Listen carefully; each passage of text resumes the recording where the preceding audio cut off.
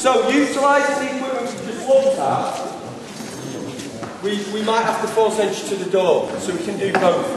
If we had the door that was chopped, and we had an aggressor above, a subject above, throwing down debris or God knows what, we can utilise that. What we'd have is, we'd have 8 officers. They'd form up, very similar to what you're going to see this 6-officer team, but within it they'd put 2 generally smaller officers to do the MOE. And what they probably utilise for that is things like the rabbit's foot, the hydraulic equipment, because if you start trying to swing the force around, which you'll see in a minute when they're formed up very tight, bobbies end up coming out the line, and that's when blocks go down and pick up injuries, because it's quite difficult to create any kinetic energy without movement. So we'd utilise that team using the hydraulic equipment. But once the door's gained entry, and you can see the door's open, which is the scenario we're going to play with now, you go in 2 formations. You go in with a 6, and then you can also go in with 3 officers. The 6 is slower, as you see, they kind of trudge effectively in, but it's about safety, so it's about keeping a seal on the roof and the front line. So you've got a front shield and a roof, you'll see them form up in a minute, and they're all kept nice and neat underneath. And what they do, they trudge up to the door, the roof team comes onto the door, protect the roof for obviously like the tyres are dangerous, they get thrown down, and it can hold quite a decent amount of debris that, you know, quite a sizable object you can't stop because of the way they design it. And as soon as you come up, the key is then you go from slow trudge, and as soon as you hit the building, then you go in at pace, because you don't want to be stood there because you're selling your target. So you want to get into the building. You'll lay them number off, 1 in, 2 in, 3 in, 4 in, 5 and 6 in. So any minute when they form up, you'll lay them number up. It's all for a reason, so everyone knows exactly when we're going in. Because it's nice and calm, isn't today, it's throwing people tired. But in reality, the threats will be massive.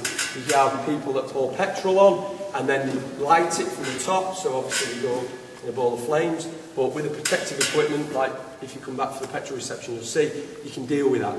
But you can get some quite nasty things, body fluid, best.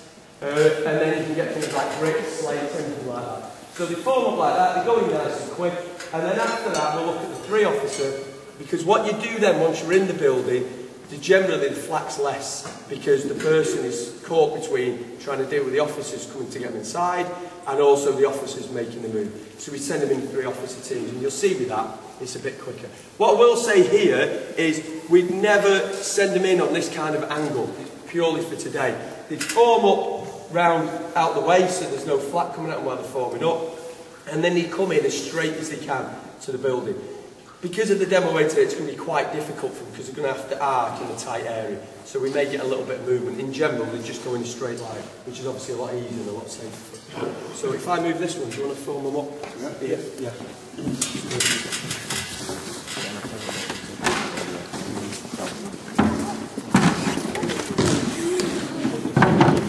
Here's you. 6 officer overhead. Form! 1, 2, 3, 4, 5, 6. Reform. Reform. Ready. Pierce you. Shield. Advance. 1, 2, 1, 2, 1, 2, 1, 2, 1, 2, 1, 2. Move.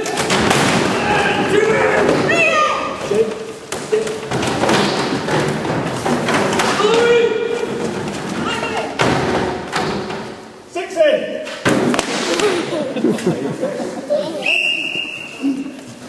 Okay.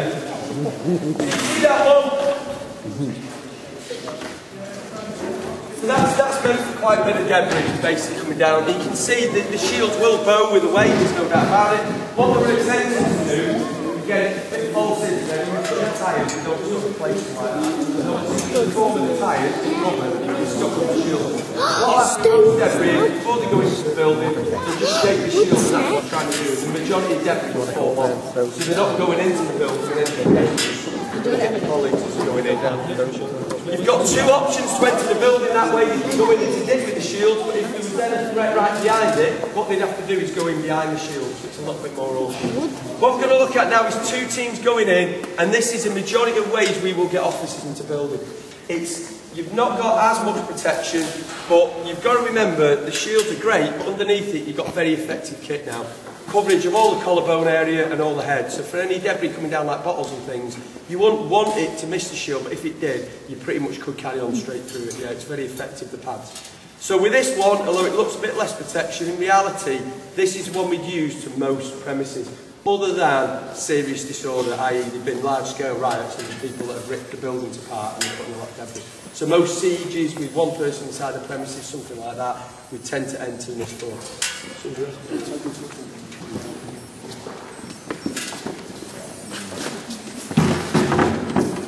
PSU!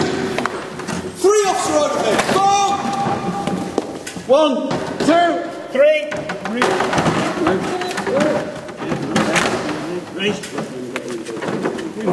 Team 1, shield, advance!